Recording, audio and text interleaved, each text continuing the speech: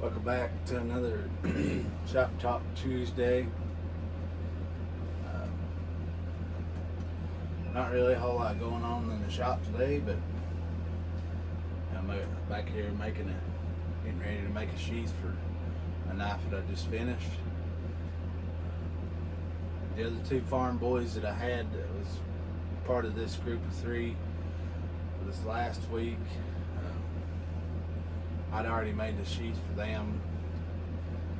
The only reason I hadn't made a sheath for this one yet is because it's new.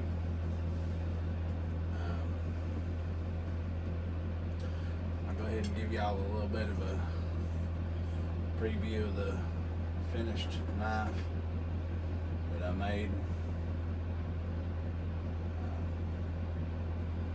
This is that Dymalux. It's layered wood.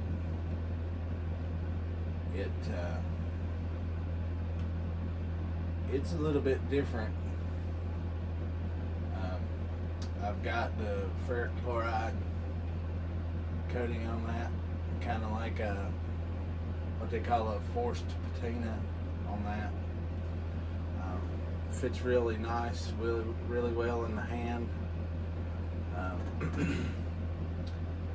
I made this, and I don't know where I found this sketch at, but it's not one of mine, and so I figured I'd go ahead and make this one.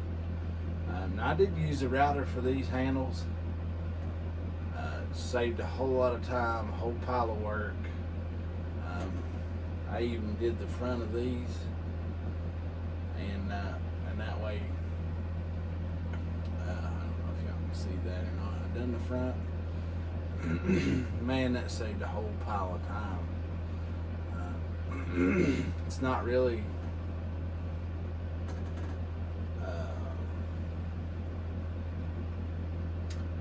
well, let me put it this way.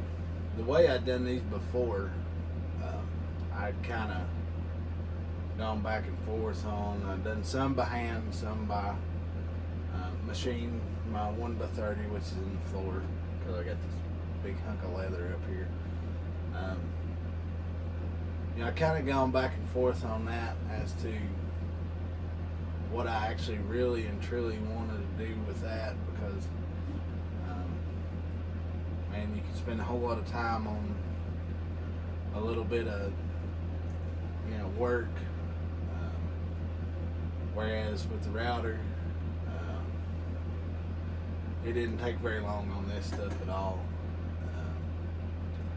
And the way it was set up, it kind of created this different look that I like it. Don't get me wrong, but I had set it up to where it was a whole lot lower than what I actually wanted to be. I still wanted the black on top, here, but it actually worked out pretty good because, man, I like that knife. And I really didn't have anything to save for this week. I'd kind of come up with this, and it's just one of those things that you could either do a whole lot of time for a little bit of effort, or you could do a whole lot of effort for a little bit of time. It's but yeah. And I also got some projects coming up. Y'all may know what that is. If you don't, this is a farrier's rasp. Now I annealed this one. I annealed it last night. Put it in the forge and got it up to temperature. And let it cool down all on its own, so that way maybe I can make a knife with it. So I'm going to try that. Now these come in these,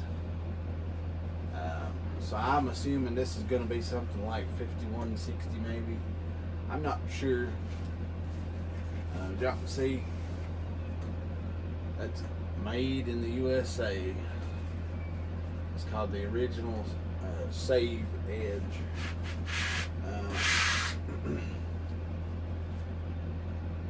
I'm not 100% sure why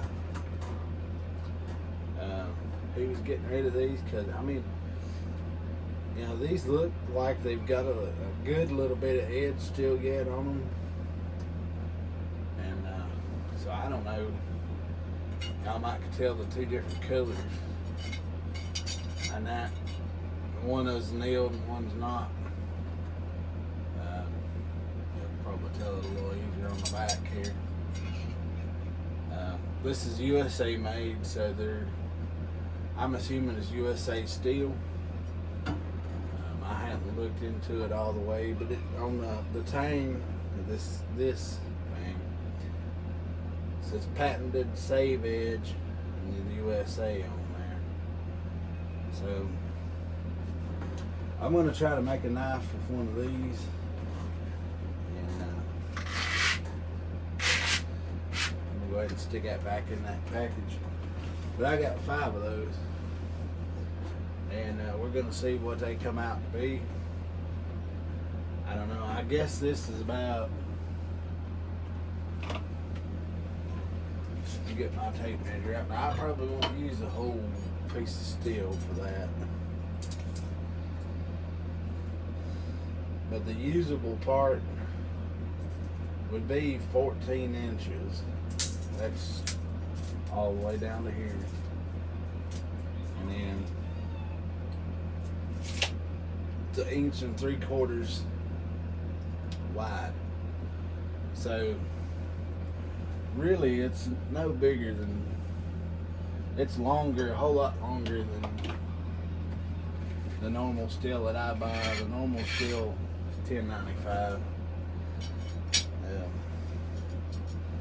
Should only be about 1/4 inch wider, and it's almost the same length, so I'm pretty sure I can get by with something out of that. Now it is a whole lot thicker. This is 3/16 and this is 1/8, so you kind of get the difference there. Kind of be like that line killer that I made. To be a little bit thicker, but you kind of got to get by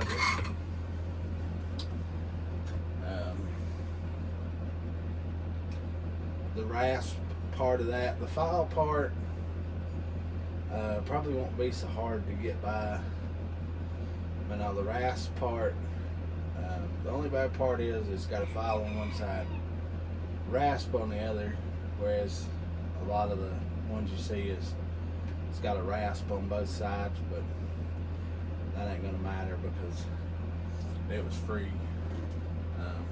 I didn't have to pay the guy a dime for it. He said, "Here you go, have at it, buddy." And so I ordered leather. This is 8-9 ounce, pretty decent leather. I ordered it on Amazon, small company. And I like doing that because, you know, small companies, they have to try just as hard as everybody else to do more, and especially on something like Amazon, because it's, you know, selling on there is probably going to be a whole lot of a hassle.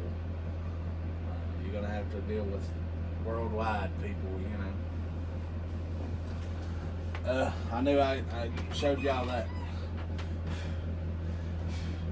that router on the video, but right there is kind of what I used. It's that round over bit, and let me tell you, that worked pretty good.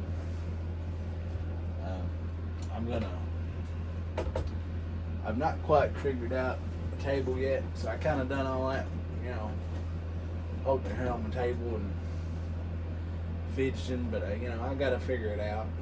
That's okay. So I got to make a table for it. Y'all may or may not see that. I've got an event coming up this next weekend, so I'm just trying to get everything kind of caught up, hammered out, and that way I can go to that event and not have to worry about anything. And I guess that's about it. I believe that's all I've got for this Shop Talk Tuesday. Yeah, I'll give y'all one last look at this knife. I'm not sure what kind or style of knife that's going to be.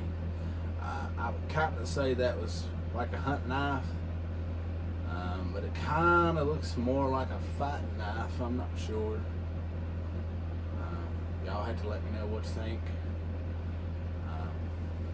I kind of like the way it turned out. It's got a good feel to it.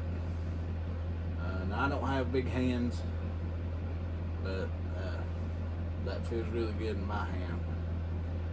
And there's one last look at that.